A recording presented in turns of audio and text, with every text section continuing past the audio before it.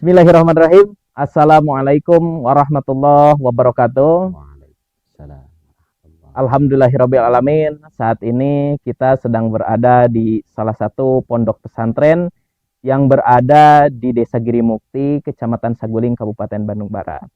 Nah, pesantren ini adalah pondok pesantren Baitul Zuhri Jalupang. Nah, kebetulan di pondok pesantren ini saat ini saya sudah bersama pimpinan pondok pesantren Pangarsa Ajengan Subhan. Untuk itu, mari kita sapa beliau. Assalamualaikum. Waalaikumsalam. Masa, damang. Alhamdulillah. Alhamdulillah. Salam Alhamdulillah. Iya. Damang. Alhamdulillah. Masya Allah. Santri sarehat sadayana. Alhamdulillah. Kanggo ayeuna sehat. Sehat. Alhamdulillah. Saya juga terima kasih bisa bersilaturahmi ke Pondok Pesantren Baitul Zuhri, yang mana memang saya sebagai patriot desa sudah sangat sering berada di pondok pesantren ini, bukan hanya sekedar bersilaturahmi, malah lebih daripada itu suka ngadon ngaliwat seperti itu. Nah, banyak hal yang akan kita bahas di pondok pesantren ini bersama Pangarsa Ajengan Subhan. Nah, untuk lebih tahu lebih dalam kita tentang pondok pesantren ini seperti apa, ada apa saja di sini, kita tanyakan langsung sama beliau. Nah, Pangarsa, untuk pondok pesantren Baitul Zuhri ini mungkin bisa dijelaskan secara singkat mengenai profil, kemudian santrinya dan sistem pengajarannya seperti apa yang ada di pondok pesantren ini. Pondok pesantren Baitul Zuhri awalnya berdiri di tahun 2018. Iya. Sebelumnya memang sudah ada yayasan yang dikelola oleh almarhum almarhumlah bapak saya, Iya. Haji Adang Saifullah bin Haji Hasan Zuhri. Yayasan namanya Yayasan Majelis Ta'lim Az-Zuhri. Hanya yang ada di depan sana. Oh iya. Ada musola, ada majelis. Itu sekitar 20 tahun ke belakang sudah ada pengajian di sini. Bahkan musola yang ada di sini, kata masyarakat warga di sini, musola yang di depan itu adalah musola yang paling awal di kampung ini. Oh iya. Memang ketika bapak saya almarhum itu berwasiat ketika saya pulang pasaran dari Al-Itisam Cianjur, bahwa katanya nitip Jalupang. Oh iya. Ada kata-kata nitip Jalupang.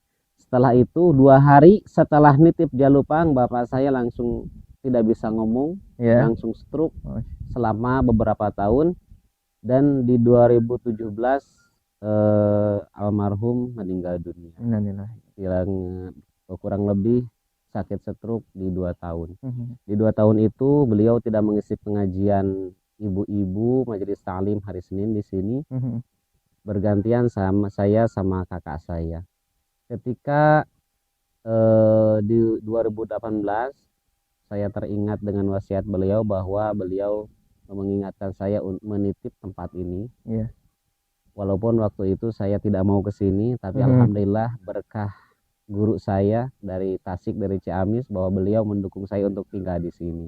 Alhamdulillah tahun 2016 kita ke sini. Awalnya hanya di depan saja. Iya. Dibentuklah pondok pesantren, itu bukan sama saya juga, itu sama guru saya dan sama keluarga. Namanya Baitul Zuhri. Baitul Zuhri. Kenapa Baitul Zuhri? Sebenarnya saya juga gak melihat makna dari Baitul Zuhri, tetapi tafa'ul kata itu, kalimat itu. Baitul Zuhri adalah dari bait itu kita tafa'ul ke pondok pesantren Baitul Hikmah yang ada di Tasikmalaya.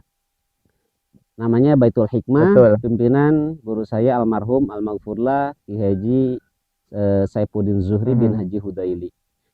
Kita ambil nama depannya bait. Nah, untuk ke belakangnya kita pakai Zuhri. Kenapa Zuhri? Karena guru saya yang di Tasik itu namanya Haji Saifuddin Zuhri. Kebetulan kakek saya di sini juga namanya Haji Hasan Zuhri. Makanya kita beri nama sama keluarga dan sama guru-guru saya Baitul Zuhri. Baitul Zuhri. Ya, gitu. Oh iya. Apa ngerasa? Kang Nendi mungkin. Ya, ya. Patriot. Betul. Adapun sistem yang dipakai di sini adalah saya tidak bisa harus memakai sistem apa, saya tidak punya keilmuan yang mendalam, tapi atas dasar saran dari guru saya. Ketika saya berangkat ke Tasik, saya minta saran harus bagaimana di Jalupang. Saya juga langsung ke Ciamis, tapi saya langsung dapat pencerahan dari Ciamis, Kang Riyadu Jawami katanya, udah Mang Subhan mah pakai sistem haur kuning saja. Oh, sistem haur kuning. Walaupun di Riyadu Jawami itu adalah sistemnya sistem usul fikih, pakai kitab Jam'u Jawami, tapi beliau sangat bijak, tidak harus menggunakan sistem Ciamis, udah pakai sistem haur kuning. Akhirnya saya atas dasar saran guru saya memakai sistem haur kuning, itu mengedepankan alat logo nahwu sorof sesuai kata ulama an-nahwu ummul ulum an-nahwu ummul ulum as-sorfu ummul ulum an-nahwu abuha. Ketika ilmu sorof dan ilmu nahwu merupakan inti ibu dan bapak dari ilmu, maka kita ketika bisa melaksanakan, bisa memperdalam ilmu itu, insya Allah ilmu yang lain kita bisa terbuka. Masya Allah. Nah, adapun sistem yang kita gunakan dalam 1 tahun, pokoknya targetnya santri dalam 4 tahun itu harus tamat alfiyah. Masya Allah. Ya. Dalam 1 tahun kita bagi 3, ada termen 1, termen 2, termen 3. Kalau di sekolah dulu catur bulan. Kita pakai termen 1 itu darsu sulusil awal. Itu di bulan Muharram. Catur bulan 2 darsu sulusil sani itu di bulan Rabiul Awal, dan darsu sulusil salis yaitu di bulan Rajab. Tahun pertama ibtida'a, tahun pertama ibtida'a minimal tamat jurmiyah nalarnya. Kalau adapun materinya itu biasanya di 3 tahun baru tamat. Kalau sorofnya biasanya 1 tahun bisa sampai ngerab. Untuk untuk nahwunya, pelajarannya biasanya di 3 tahun 4 tahun. Tahun pertama ibtida'a, tahun kedua ibtida B, tahun ketiga mutawasid A, mutawasid B, tahun keempat itu harus ke mutaqaddim. Belum pernah ada yang mampu di 3 tahun langsung mutaqaddim. Pokoknya gini, tahun pertama, tahun kedua, tahun ketiga itu harus dilalui 4 tahapan. Ibtida'a, ibtida B, pelajaran ibtida'a, ibtida B, mutawasid A, mutawasid B, dan tahun keempatnya itu harus mau tidak mau harus digenjrot untuk mampu masuk di kelas mutaqaddim, yaitu mengaji alfiyah. Namun kesananya santri di sini saya arahkan, kalau sudah ngaji alfiyah boleh silakan kalian pindah, ataupun mau melanjutkan di sini, mau ngaji Johor Maknun, ngaji Mantek, silakan. Kalaupun mau pindah silakan, yang penting alatnya sudah mantap di sini. Betul. Itu Kang Nendi. Iya, alhamdulillahirabbil alamin. Ya, barusan sudah dijelaskan mengenai sejarah berdirinya Pondok Pesantren Baitul Zuhri ini, kenapa juga dinamakan dengan Baitul Zuhri, ya, dan juga sistem kurikulum yang ada di Pondok Pesantren ini khususnya menitik beratkan kepada nahwu dan syorof, gitulah, ilmu alat untuk membedah Al-Qur'an sebagai induk daripada ilmu pengetahuan dalam keagamaan, gitu ya. Alhamdulillah. Untuk santri sendiri, pemirsa, di sini ada berapa banyak dan dari mana aja? Santri kebetulan memang di mana-mana sesuai keadaan dan fakta yang ada, memang santri semua dari luar. Oh, santri dari luar. Santri di sini terbagi 3. Ada santri tulen yang itu 24 jam. Ada di sini 24 jam yang full, itu semua dari luar. Gak ada orang sini yang ikut. Ada 1 orang tapi dia makannya ke rumah. Satu orang dia. Pulang. Jadi gak tulen amat. Iya, betul. Yang kedua ada santri ngalong. Santri ngalong itu ada yang ikut hanya sore saja, ada yang ikut malam saja. Itu santri ngalong. Adapun santri yang saya kelola dari kalangan pemuda dan Karang Taruna, kalau sebut saya itu santri well. Nah, termasuk mungkin saya juga diakui sebagai santri, ya. Walaupun hanya ngaliwat. Tukang santri ngaliwat abdi mah. Gitu ya. Kalau santri itu saya kelola, cuman kadang dia semaunya ke sini, kadang malah biasanya di malam Sabtu. Untuk yang masuk data di ke Kemenag, itu hanya santri online saja Oh, yang iya. 24 jam. Itu di sini alhamdulillah menurut saya itu banyak amanah dari Gusti Allah, amanah Betul, dari orang tua, ada betul. 43 orang Masya untuk Allah, santri ya, yang dari luarnya. ya. Untuk semuanya yang sama yang ngalong dan anak kecil sampai Betul, betul. barusan santri semua itu banyak. Banyak ya. Cuman nggak masuk di data yang dimasukkan ke Yang data dari apa ke persyaratan Kemenag gitu ya. gitu. Nggak masuk ke Kemenag Ya, itu. intinya. Itu kira-kira dari mana aja, Pak Arsa, yang 40 itu? Ada kalau untuk di Bandung Baratnya ada yang dari Cipongkor, Ngamprah, dari Cipatat, Ya. luar kabupatennya ada yang dari Purwakarta, ada yang dari Bandung, ada yang Cianjur juga. Luar provinsi ada yang dari Banten juga. Banten juga, ya. Insya Allah, ternyata luar biasa sekali ya. Banyak sekali santri, memang bukan hanya santri yang berada di Kabupaten Bandung Barat, ternyata santri dari luar kabupaten bahkan luar provinsi juga ada yang mondok di sini gitu ya, Masya Allah. Nah, itulah sekilas tentang Pondok Pesantren Baitul Juhri dan juga sistem pengajaran yang ada di sini. Untuk itu kita break sejenak, kita ngopi dulu. Oke.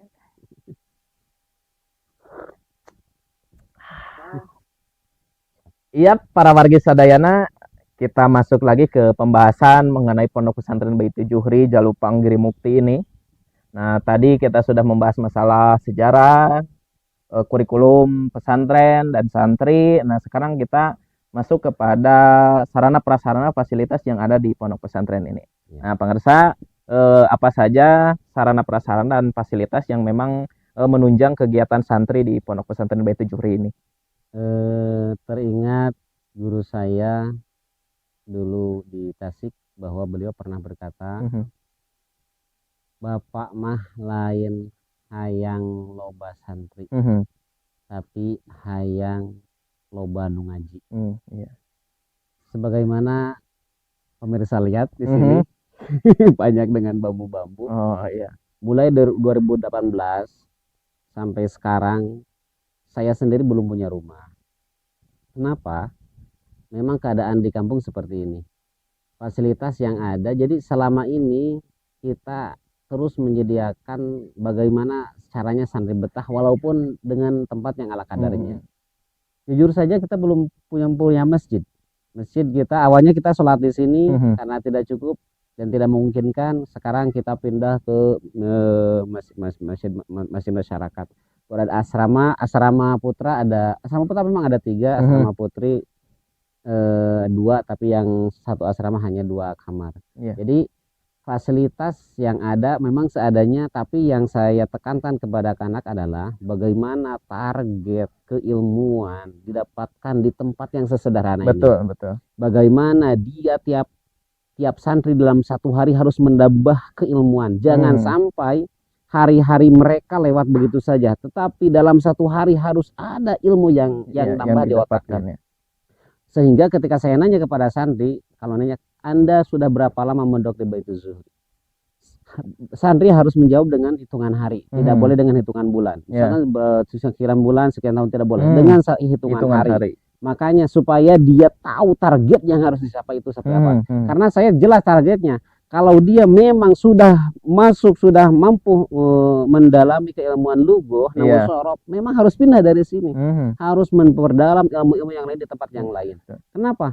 Santri juga harus butuh pengalaman. Iya, betul sekali. Luar biasa. Memang kalau kita lihat dari sarana prasarana dan fasilitas, ini begitu sederhana ya. Terlihat memang kalau saya menyebut dulu itu kobil ini tuh, harusnya kobong bilik gitu. Tapi memang justru dengan kondisi yang seperti ini, kondisi yang sederhana, di lembur lah, di desa gitu ya, justru daya nalar kita justru lebih kuat karena memang kita terhindar daripada aktivitas-aktivitas yang mengganggu proses mengaji itu. Jadi kita lebih fokus justru mengaji itu dengan kondisi yang alam dan kondisi pesantren yang memang seperti ini gitu ya. Nah, alhamdulillah pemirsa, dengan adanya Pondok Pesantren Baitul Juhri sebagai lembaga pendidikan, khususnya pendidikan Islam, memang sangat berpengaruh sekali, khususnya bagi generasi muda yang memang memperdalam ilmu agama. Mungkin seperti itu pemirsa ya. Nah, ada hal yang menarik lain lagi selain daripada memang Baitul Juhri ini sebagai lembaga pendidikan agama ya, pesantren di bawah Kemenag, namun tidak hanya memperdalam masalah ilmu keagamaan saja ternyata. Nah, memang apa yang saya temukan selama menjadi patriot desa 1 tahun ini, ternyata Baitul Juhri ini menyimpan banyak hal yang luar biasa. Jadi kan kalau orang itu memandang pondok pesantren itu tempat ngaji gitu ya, yang ngaji itu yang ngaji kitab, ngaji Quran gitu. Tapi di pondok pesantren Baitul Juhri saya menemukan tidak hanya itu ternyata. Iya, emang ada apa? Nah ini jadi pertanyaan ya. Mungkin penasaran nih para wargi semuanya. Nah ternyata di pondok pesantren ini santri selain daripada diajarkan ilmu nahu sorob tadi yang paling utama, nah di sini juga ternyata santri itu dibekali dengan ilmu kewirausahaan. Nah itu dia. Siap. Nah itulah makanya ayo kita coba tanyakan ilmu kewirausahaan dan ilmu apa lagi ini yang memang dibekali oleh pangersa dengan subhan. Apa aja nih? Gini Kang. Ya. Umat itu hobinya beda-beda. Dan saya harus salah satu dari penyedia hobi yang berbeda-beda. Salah satunya kuncinya yang saya rasakan, jangan berhenti silaturahmi. Saya sudah keliling, tanya-tanya, minta ke pemuda, ke sepuh, ke para tokoh, bahwa ini pondok bukan milik saya. Pondok milik bersama. Ketika saya harus berhenti di sini, ada yang lebih mampu untuk memajukan pondok ini, silahkan. Saya hanya sementara. Pondok ini, lembaga ini, yayasan ini harus bisa menjadi wadah hobi yang berbeda-beda warga masyarakat di sekitar bahkan di negara ini. Di sini harus ada salafinya. Saya bilang ke para pemuda, ke semua keluarga, di sini harus ada pondok tahfiznya, pondok yatim piatunya, universitasnya, sekolahnya, semua harus ada. Harus menjadi wadah kahayang masyarakatnya beda-beda. Semua harus tertampung di lembaga ini. Harus bisa terwadahi ya. Anu hoyong belajar nahwu sorob ada di sini. Yang mau tahfiz harus ada di sini. Yang mau tilawah harus ada di sini. Siapapun kedepannya yang menjadi pimpinan di lembaga ini harus mampu ngerangkul masyarakat semua apa yang dia mau. Masyarakat itu kan beda-beda. Ada yang mau memperdalam Quran, ada yang memperdalam nahwu sorob, ada yang memperdalam usahanya juga. Pokoknya semua yang menjadi heterogen masyarakat itu kemauannya harus tertampung dengan lembaga ini. Bahkan kebutuhan masyarakat, butuh duit, butuh segala rupa, kita harus bisa menutupi. Masya Allah, luar biasa. Sedikit-sedikit kita melangkah memang. Dulu melangkahnya sebenarnya kita mau ke pendidikan sekolah dulu. Karena memang mungkin ini yang ditemukan. Kita memang berusaha harus dikembangkan. Betul. Kemarin yang dikembangkan di pondok-pondok lain yang lebih maju seperti di Sidogiri, di Peloso, di Lirboyo itu. Kalau kita jalan-jalan ke ke Pasuruan, kita sudah tidak asing dengan minimarket yang bernama Basmalah itu. Betul. Itu adalah minimarket milik Sidogiri. Kita harus mampu mengembangkan wirausaha perekonomian daerah supaya masyarakat juga naik di perekonomian. Di segi ekonomi. Makanya saya cari orang, saya kan orangnya tidak bisa usaha.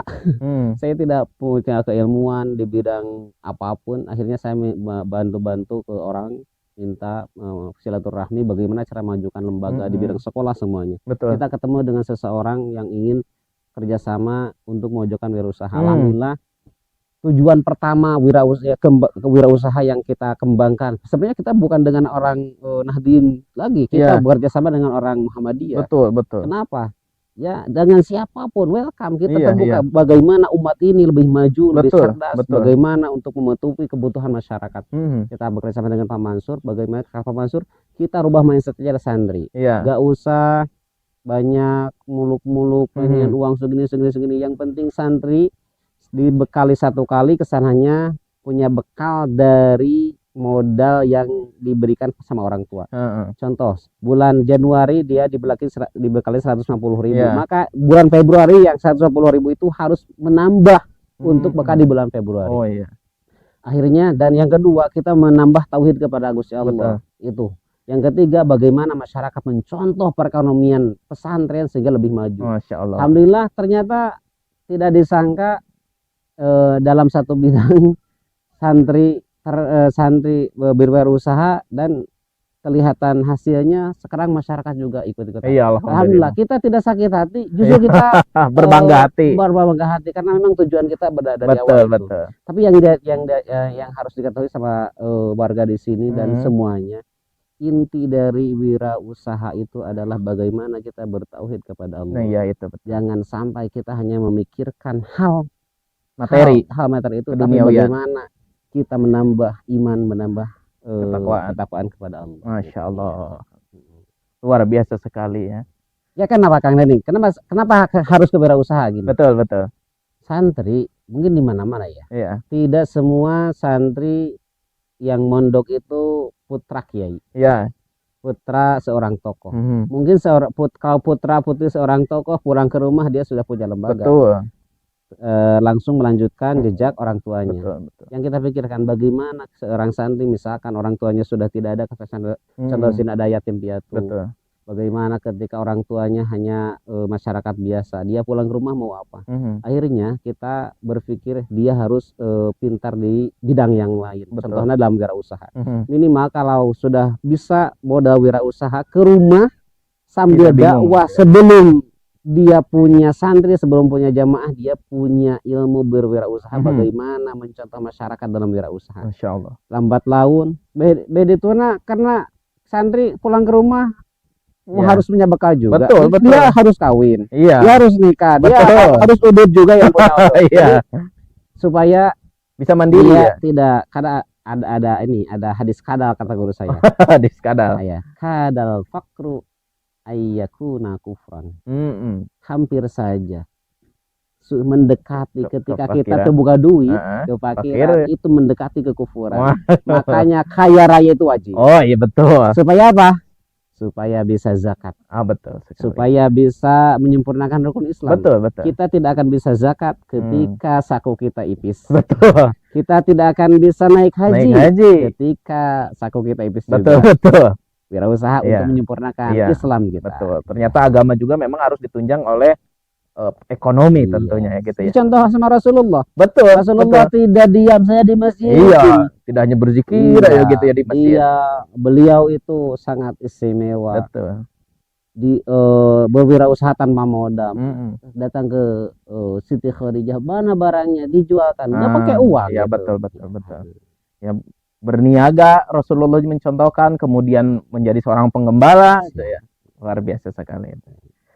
Nah, Pondok Pesantren Baitul Zuhri ini pada warga ternyata memang punya prinsip, memang mengedepankan pembekalan kepada santri tidak hanya sekadar setelah lulus di pesantren ini bisa ngaji saja, tetapi santri juga harus bisa mandiri secara ekonomi. Nah, itu karena minimal gini, Mas. Ya. Minimal seorang santri, saya sering bicara ke santri. Anda dibekali sama orang tua berapa? 50.000, 100.000, ada yang bilang 150.000. Uang itu Anda harus kurang digolang gitu. Harus menambah, jangan sampai orang tua bulan depan ngirim lagi. Bagaimana uang itu yang 50.000 itu harus jadi 60.000. Bagaimana yang 150.000 jadi 170.000. Saya tekankan, jangan malu jualan, jangan malu bersosialisasi. Supaya apa? Minimal dia mandiri membantu orang tua. Minimal orang tua atuh ngirim nak kalau bulan sekarang 150.000, bulan depan atau 100.000. Kalau bulan ini 50.000, bulan depan atau 30.000, karena santri sudah bisa menambah pendapatan di pondok. Kalaupun nuhun-nuhun ketika orang tuanya sudah tidak ngirim. Dan itu terjadi di sini. Itu terjadi. Ada santri yang sudah tidak dikirim sama orang tua. Bukan orang tuanya tidak punya, tapi karena santrinya sudah mandiri.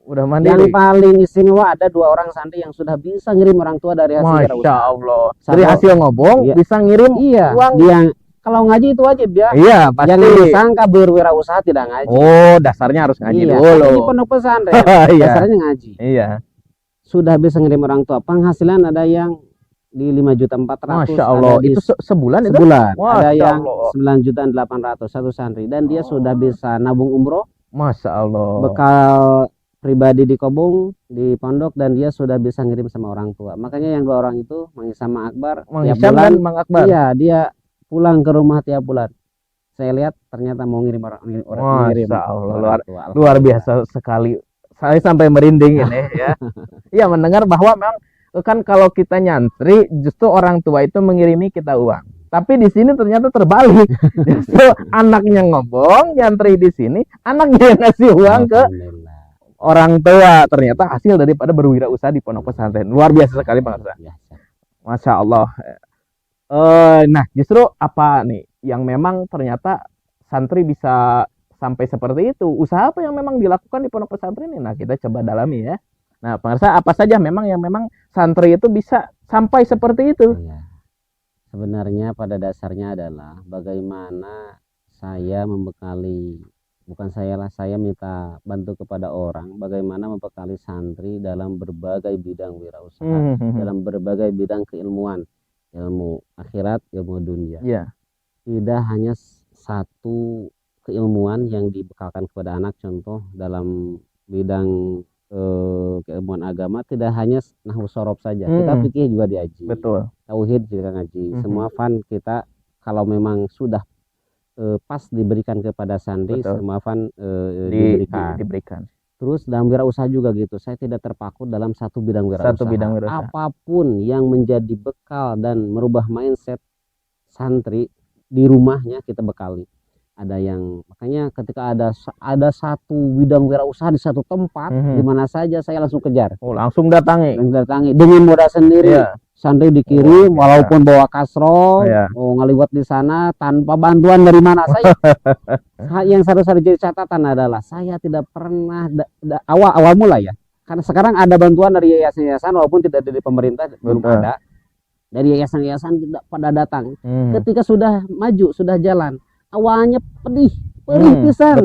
Kita kirim santri ke IP belajar magot, belajar ikan. Kita kirim ke Sindangkarta belajar madu. Kita kirim ke Gede Bage belajar jangkrik. Kita kirim ke Jati belajar itik. Kita kirim ke mana belajar? Kemarin ke Bogor. Iya, ke Bogor untuk pertanian melon. Terus dikirim dengan modal sendiri.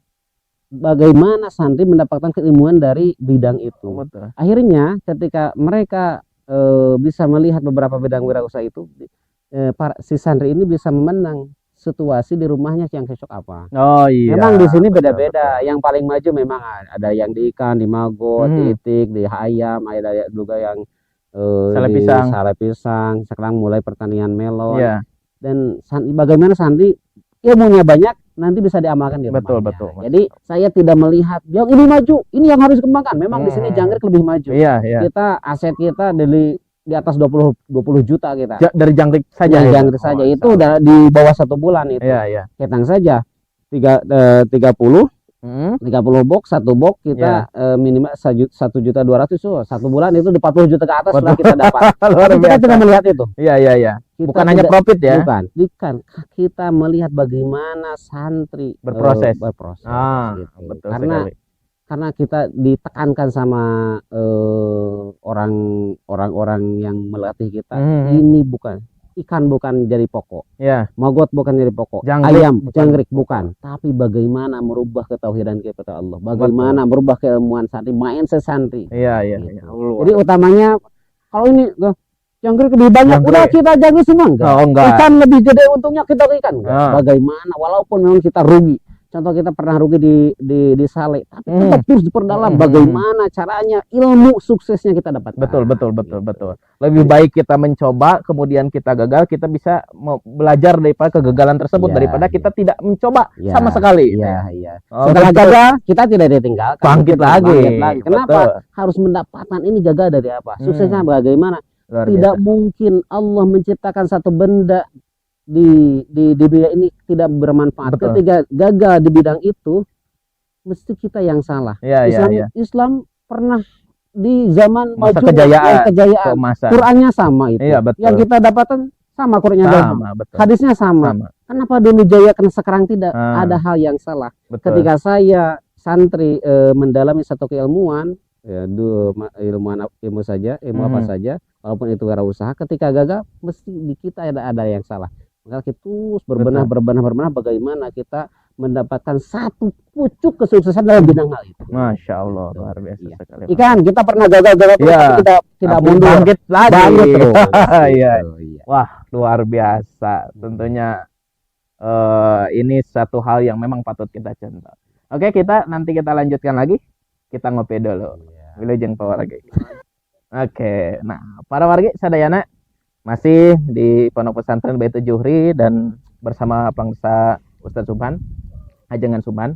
Nah, Patriot Desa selama 1 tahun ini melaksanakan proses pemberdayaan di Desa Girimukti, Saguling, Bandung Barat. Nah, awal mula proses pemetaan di triwulan pertama mengelilingi Desa Girimukti, alhamdulillah bertemu dengan pengersa Ajengan Subhan. Nah, Patriot Desa memang langsung memiliki chemistry atau ketertarikan kepada pengersa Ajengan Subhan itu karena memang mungkin latar belakang memang sama-sama santri gitu ya di pondok pesantren gitu pengersa. Jadi memang secara harokah gitu sudah langsung terbangun. Dan yang kedua memang ada hal yang memang punya nilai plus di pengersa Ajengan Subhan ini, yaitu beliau merupakan salah satu tokoh agama, tapi bukan hanya mengurusi masalah agama dan santri di pondok pesantren, tetapi juga masalah keumatan yang memang cakupannya luas di masyarakat Girimukti, bahkan di Kecamatan Saguli. Nah, justru selama proses berjalan Patriot Desa berada di Girimukti, gagasan-gagasan beliau mengenai masalah keumatan ini begitu luar biasa dan implementasinya di masyarakat sangat dirasakan sekali. Nah, salah satu konsep yang beliau bangun bersama para penggerak lokal lainnya di bidang keagamaan yaitu mengenai konsep masjid, masyarakat Islami Girimukti bertawasud. Nah, justru konsep ini yang memang selama ini menjadi dasar pondasi bagi terciptanya kemandirian umat. Nah, oleh karena itu coba kita langsung bertanya pada beliau bagaimana mengenai konsep masyarakat Islami Girimukti bertawasud ini. Ya. Gini Kang, kalau memang yang dibicarakan tadi masalah tentang pribadi saya, betul, mungkin itu lebih ke terlalu hiperbol katanya. Oh enggak, justru memang itu yang dirasakan. Ya. Islam ini luas. Betul. Kalau kata guru saya gini, ulah ngukur kapinteran batur ku kebodohan diri. Ulah ngukur kapinteran batur ku kebodohan diri. Mungkin ini adalah satu kalimat yang harus ditafsirkan juga. Yeah. Kita istilahnya ulah egois dengan keadaan kita bongkana jadi ngurus pesantren sakahayang we gitu. Tapi kita bagaimana masyarakat santri mengerti tentang keilmuan yang sangat luas. Bukan hanya di bidang agama, tetapi ke Indonesiaan, ke kebangsaan, ke NKRI-an. Jangan sampai dia istilahnya apa itu? Kultus. Betul. Kalau sudah kultus dalam satu bidang keilmuan, fanatik gitu ya. Fanatik dalam di satu guru biasanya dia nyalah-nyalahkan batur, ngukur-ngukurkan batur, padahal tadi teh ya ulah sok ngukur kapiteran batu kebodohan diri. Akhirnya bagaimana kita tadi yang dibilang Akang, betul, masyarakat Girimukti yang Islami yang bertawasud. Iya. Siger tengah saja. Oh iya. Saling menghormati. Siger tengah itu ya. Iya. Saling menghormati, saling menghargai, saling kita tidak boleh saling menyalahkan. Betul. Orang lain lebih pintar kadang gitu. Ketika kita biasanya orang kan sebenarnya mah atau ini teh hasil saya. Itu saya kurang setuju kata itu, walaupun memang boleh-boleh saja boleh-boleh saja, tapi bagaimana kita hidup bersama dalam satu lingkungan masyarakat yang bertawasud itu. Itu. Oh, iya. Pokoknya masyarakat harus kompak, betul. Harus bersatu. Mun aya anu keluar tina kebersamaan ada sesuatu yang udah beres. Iya. Nah, justru saya mencoba mendalami mengenai Mas Sigit ini karena di Desa Girimukti bahkan mungkin Saguling ini masyarakatnya mayoritas Islam gitu ya. Nggak ada yang non Muslim. Nah, justru kenapa harus diterapkan masalah moderasi beragama meskipun nih 100% justru moderasi beragama itu jangan dulu dengan antar agama gitu ya. Malah dengan apa di internal agama sendiri itu ya, sesama Islam itu. Karena mungkin ada perbedaan firqah, tradisi mungkin itu ya. Dan fanatik tadi. Fanatik tadi ya. Biasanya belajar di satu guru dan dia kultus terhadap guru itu. Karena yang kita ajarkan dari guru-guru kita harus banyak guru. Betul. Justru perbedaan pendapat itu menjadi rahmat. Masya Allah. Makanya pokoknya kumaha caranya kita saling mengerti, saling menghargai. Betul. Antar ustadz, antar tetangga, jangan sampai kita saling ejek. Jangan sampai kita tidak hidup bersama lah. Betul. Insya Allah luar biasa. Nah, itu ternyata memang yang menjadi landasan Islamisasi yang tawasud atau Islam yang moderat gitu. Nah, Bang Ersa, saya juga kita membuat bersama ini jurnal ini. Nah, dalam jurnal Mas Sigit ini memang dasarnya adalah kemoderatan untuk hidup bersama dan menciptakan gotong royong dan masuk ke dalam modal sosial dan spiritual gitu ya. Itu yang menjadi pondasi. Kemudian proses tawasud itu, moderatisme itu menghasilkan keguyuban masyarakat.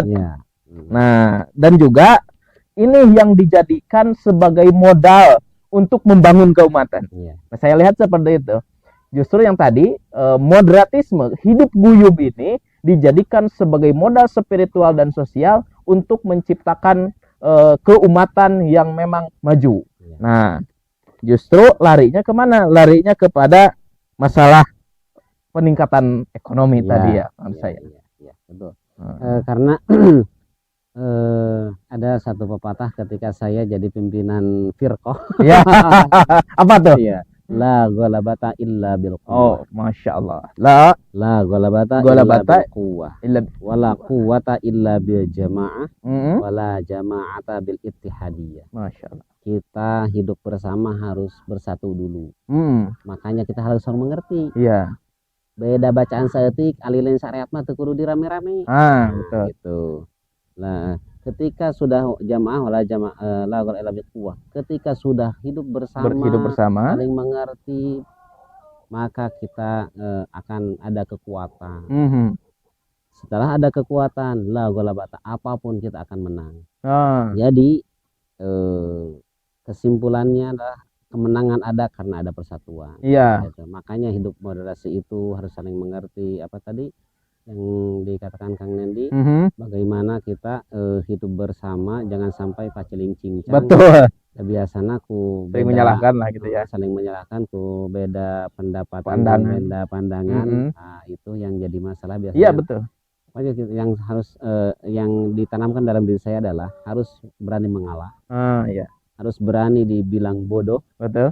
Harus berani dibilang tak bisa, tapi itu untuk kebersamaan. Itu untuk kebersamaan. Dan itu saya rasakan seperti itu. Iya. Ulah pasilinggi kita memang pendidikan masyarakat dan santri saya bedakan. Iya, santri betul. saya tegas. Betul. Bagaimana santri berhasil dalam keilmuan dalam 3 tahun dalam 4 tahun. Masyarakat beda lagi lah. Bisa seperti itu. Mungkin santri kita perdalam di bidang nahwu shorof, masyarakat gak mungkin. Iya. Ya, masyarakat. Pokoknya bagaimana kita hidup bersama, saling mengerti, hidup bersatu, nanti ada kemenangan. Masya Allah, ya betul sekali. Nah, inilah konsep bahwa memang pondok pesantren ini sebagai salah satu pendidikan santri, namun juga sebagai pendidikan masyarakat. Tempat masyarakat memang mencari ilmu juga di pesantren ini, sehingga pesantren ini menjadi pusat peradaban bagi masyarakat. Seperti itu ya. Mudah-mudahan. Iya, insya Allah, dan memang sudah terlihat bahwa pondok pesantren ini menjadi pusat peradaban masyarakat. Ya, tapi Kang Nendi, boleh. Tapi pondok pesantren ya, bukan saya ya, Kang Nendi ya. Karena yang saya rasakan semua memang ada perubahan. Saya lihat ada perubahan. Masya Allah. Dari segi lingkungan, segi tempat ada perubahan. Tapi saya yang ada dalam benak saya tidak ada jasa saya sedikit pun. Mungkin bolehlah Kang Nendi berkata saya ada jasanya boleh, tapi yang saya rasakan adalah jasa-jasa guru saya, jasa-jasa para orang-orang di sekitar saya. Patriot Desa sangat Masya hebat. Allah. Saya bilang ke istri, Patriot Desa kayaknya itu seleksinya sangat ketat kok. Palinter cetek gitu. Pinter ngaliwat tadi mah. Ya, jasa-jasa para orang-orang di sekitar itu Masya Allah. adalah bagaimana tadi itihad itu, Ya. itihad harus bersatu. Jangan ada, kalau misalkan ada kebaikan jangan diakui oleh kita hanya sendiri. Ini kebaikan hasil saya. Tidak ya. mungkin ada kebaikan diciptakan atau dibuat oleh satu orang. Contoh jalan. Ya. Kita memang bikin kita yang biayai, tapi batu kan Ya. bukan kita yang buat. Pokoknya tidak ada kebaikan Masya Allah. dibikin satu orang. Kita harus bahwa kebaikan itu kita bikin bersama. Makanya kemajuan-kemajuan yang memang kalau memang ada kemajuan-kemajuan yang di daerah ini dan saya lihat memang ada, itu adalah hasil kita bersama. Makanya tadi la ghalabata illa bil quwwah, harus ada kekuatan dulu kalau mau menang. Ya. Tapi tidak ada kekuatan kalau tidak bersama, hidup bersama, wala quwwata illa billah. Kebersamaan tidak akan ada kalau itihadnya tidak ada, kebersamaan kita tidak bersatu. Makanya kita harus bersatu dulu, nanti ada kemenangan. Masya Allah, luar biasa sekali. Apa yang memang disampaikan oleh pengersa Akang Subhan ini sungguh karena memang saya sangat mengagumi beliau dengan ketawaduannya, ya. Tentunya memang kemajuan yang memang terjadi pondok pesantren ini memang salah satunya digerakkan oleh beliau dan bersama masyarakat yang memang ada di Giri Mukti ini. Nah, tentunya juga pondok pesantren ini tidak hanya berdiri sendiri ya Bang Ersa, banyak pihak yang memang membantu proses kemajuan banyak gitu ya, kolaborasi dengan berbagai pihak gitu. Ya, karena persatuan itu susah, untuk menciptakan persatuan yang tadi saya bilang itu susah. Kang Nendi tadi basicnya pondok dan pejabat. Masya Allah. Amin amin ya Allah. Kita ambil masyarakat sekitar yang barusan lewat itu adalah kegiatannya hanya ngarit. Ibu-ibu kegiatannya ini, para pemuda, para OKP kegiatan. Ya, orang yang berbeda-beda ini kita harus satukan dalam satu ikatan. Makanya saya pernah di sini banyak organisasi-organisasi. Ada Manggala, ada PP, ada Ansor, Bubas, ada Ansor, ada Taruna, ada AMS. Saya bagaimana orang-orang ini saya harus bersatu, jangan cincang di organisasinya masing-masing gitu ya. Saya pernah saya silaturahmi ke PP, silaturahmi ke AMS, GMBI. Bagaimana kita hidup bersama, bersatu supaya kita berjamaah tadi bersama. Setelah bersama nanti ada kekuatan. Nah, kalau kita memang kagum dengan organisasi kita hanya bangga dengan keansorannya, bangga ke AMS-annya, bangga dengan GMBI-nya, bangga dengan PP-nya. Bagaimana kita menciptakan kemenangan di daerah kita? Toh yang dimenangkan hanya kelompoknya itu, tapi kelompok-kelompok itu bagaimana kita hidup bersama supaya ada kemenangan itu. Nah, PR kita itu masyarakat tua, muda, perempuan, laki-laki, terus organisasi beda-beda, bagaimana itu kita ikat dalam satu ikatan supaya bersatu. Pokoknya kita yang harus mengalah. Kalau kita yang harus mengalah. Kalau memang mengalah untuk menang. Betul sekali. Nah, para wargi, barusan kita membahas masalah kepemudaan OKP gitu ya. Karena memang perlu diketahui bahwa pengersa ini merupakan ketua pimpinan anak cabang Gerakan Pemuda Ansor, Masya Allah. Selain daripada memang beliau sebagai tokoh agama di Giri Mukti ini, juga beliau ada salah satu tokoh penggerak kepemudaan, khususnya Gerakan Pemuda Ansor. Luar biasa. Titipan dari Hadratus Syekh, Masya Allah ya, betul sekali.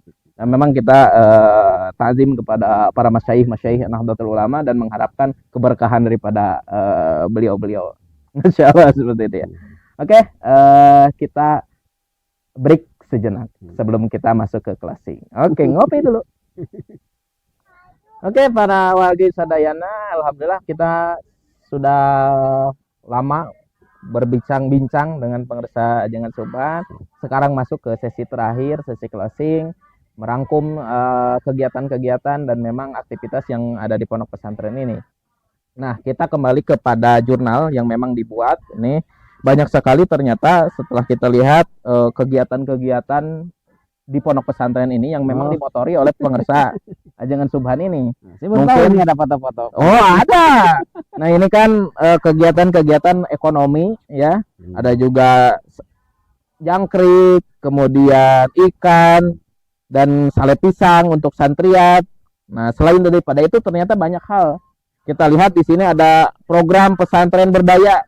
Oh, ini iya. bersama Bajnas ya, Iya, dari Basnas. bersama Bajnas. Ini juga ada kolaborasi bersama Dewa Eka Foundation. Ya, Dewa Eka. Ya, Dewa Eka Foundation ya. Muhsinin Club ya, ya. Muhsinin. Terus juga memang ada kerjasama Yang Cinta Quran itu. Cinta Quran ya. Iya. Ini produk Cinta Quran berupa sabun Ustaz Hmm. Fatih Karim. Masya Allah ya.